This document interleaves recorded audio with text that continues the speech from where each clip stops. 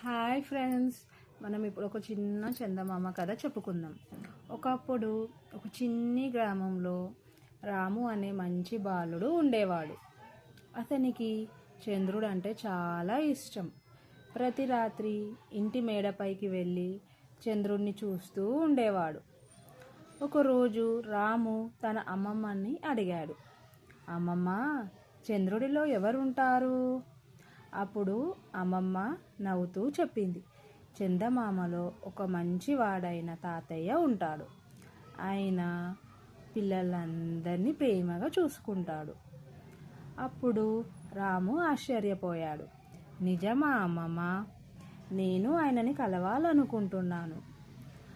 అప్పుడు అమ్మమ్మ చెప్పింది, మనం మంచి పనులు చేస్తే పిల్లల్ని చందమామ చాలా ఇష్టపడతాడు.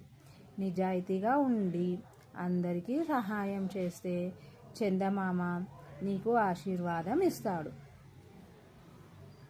ఒకరోజు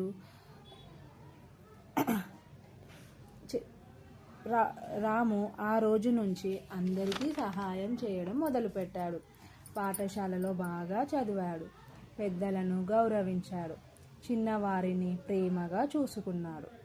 ఒక రాత్రి చంద్రుడు చాలా ప్రకాశంగా మెరిశాడు.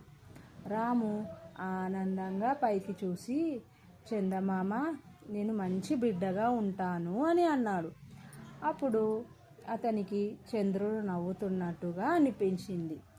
ఈ కథ నుంచి మనము తెలుసుకున్న నీతి ఏమిటంటే, మంచి పనులు చేస్తే అందరి ప్రేమ ఇంకా ఆశీర్వాదం లభిస్తాయి. Thank you.